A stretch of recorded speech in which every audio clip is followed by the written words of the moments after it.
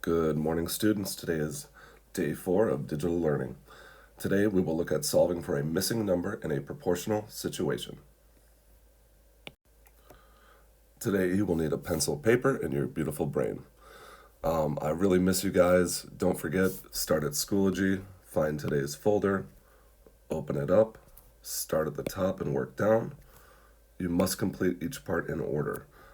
I did notice that several students did not complete the closure activity, so make sure you get to the end and fill out the Google form. Take a minute to think what you need to do to put your distractions away. After you've completed the lesson, I want you to sit back and reflect on what you learned and what you still wonder about. In math, two equal fractions or ratios form a proportion. A proportion is simply a statement that two ratios or relationships are equal, which means the same even if they don't look it. We will use the idea of cross products and equality. Again, here's an example with dogs. These dogs have equal proportions of their back to their snout. And when we look at the cross products of these relationships, they're both equal to 300. So these dogs are proportional even though they're not the same size. Our learning target today is that I will solve for a missing number in a proportional situation. Again, we're going to use cross products. Where we might see this is we're looking at shadows and trees, comparing the shadow of an object to its height.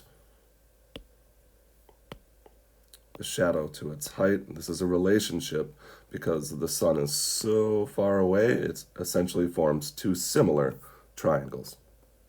Who uses this? Surveyors use this. Surveyors use this to determine distances and how much product they might need for the company that they're working for to get their jobs done. We're going to look at two situations. The first one is proportional. If you go bowling and it's $4 per game, 0 games will cost you $0, which means you don't get to bowl. 1 game will cost you $4. 2 games would be 2 groups of $4. 3 games, 3 groups of $4, and so on. If we paid for 10 games, it would be $40 and we would play 10. So any number of games X would cost us $4 per game multiplied by the number of games. Our proportional equation is y equals 4x. Again, here's your unit rate. We also might see our unit rate right here. This is very, very important. This is an example of a non-proportional situation where you pay a $2 fee to rent the shoes, but that only happens one time. And then you're going to pay a rate of $4 per game. So 0 games still costs us $2. 1 game, we'd still pay the $2 and then $4 once.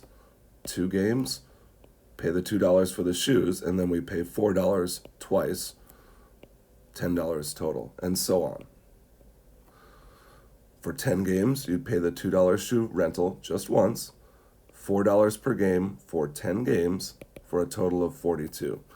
The generalization is you would pay $2 plus $4 per game. Our non-proportional equation, because it does not go through the origin, is y equals 2 plus 4x. This means it costs $2 for shoes and then $4 per game. All right, how do I set up a proportion from a word problem? What are the steps? This is our big question to answer today. One of our key resources is going to be this. The key is called a ratio box. It's a way to organize our information in terms of different objects and then different characteristics of those objects. All right, Chris Paul wanted to go bowling. He knows that 2 games would cost $8. What would 5 games cost? So we need to look at there's 2 situations. Our first situation is what we were given. He knows that 2 games would cost $8. We want to know what 5, and we don't know that, so this is our variable or unknown, and we're going to call it x. We set up our cross products. 2 times x equals 5 times 8. 2 times x is 2x. 5 times 8 is 40.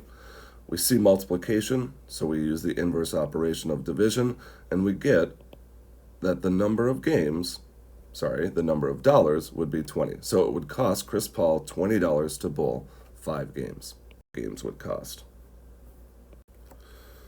All right, Chris Paul wanted to go bowling again. Maybe it's his son, cute little guy. This time, it would cost, 4 games would cost $6. So again, we're going to look at situation number 1, is that 4 games would cost $6. We want to know what would 7 games cost. So 7 games, we don't know the cost, so we call it x. Again, in this situation, we're going to use our cross products. 4 times x is 4x, which is equal to 6 times 7, which is 42. We see multiplication, so we do division. And x would equal 42 divided by 4, which is $10.50. That's right, it's okay to get a decimal. Well, it turns out that Steph Curry does not like bowling. He much prefers mini golf. He knows that 3 rounds of golf would cost $20. Again, this is going to be our situation number 1. And 3 rounds cost $21. He wants to know what would 5 games cost. So we know the number of games. Again, we do not know how much money it would cost. What's the first step? That's right. We're going to set up a proportion using cross products. 3 times x. Notice we don't need to write the multiplication sign, but you could if you wanted to. Would be equal to 21 times 5. We see multiplication, so we do division. This gives us 1x. And we divide both sides. Now at this point, you might notice we have a problem that we can just use our calculator for. So we would get 21 times 5, which is 105, divided by 3, which is equal to 35. So 5 games would cost $35. Now, I want you to stop for a second and ask yourself, does your answer make sense? This is really key. Does it cost more money to play 5 games than 3? Does our answer fit the situation? All right, in our last situation, LeBron wants to move in a smaller place when he retires. Yes, it's going to happen someday, but he keeps going. He needed to know the height of the building so he could decide. He saw that a 5-foot post cast a 3-foot shadow, and that the building's shadow was also 12 feet. We want to know how high is the building. Now again, if you look closely, you're going to notice that these are 2 similar triangles. This is because the sun, hey there guy, is so far away that its light casts at the same angle. So, situation number 1 would be the post. It has a height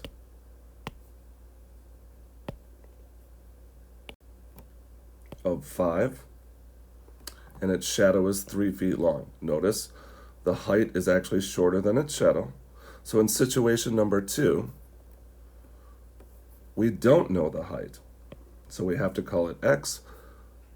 However, we do know the shadow is 12. Now, before you solve for x, I want you to think, what do we know about x? Which is bigger? Is it the height or the shadow?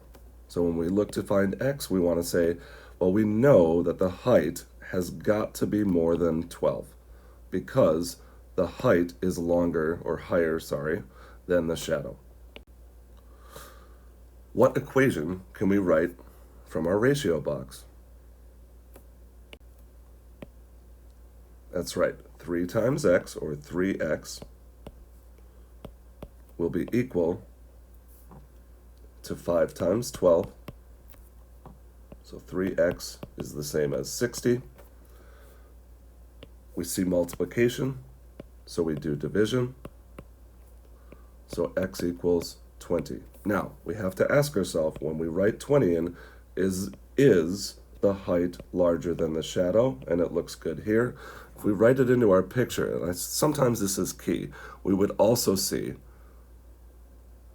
that it is larger.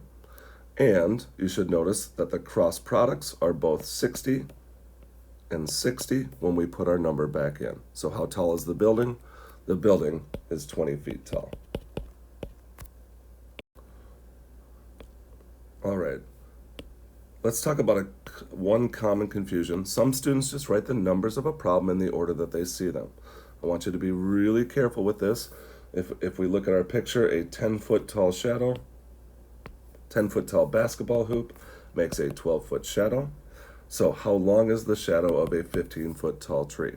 What you should notice is it should be longer, and this is key. When we look at the setup of our problem, we've got hoop and then shadow, but then the order got switched to shadow and then tree. So watch out here.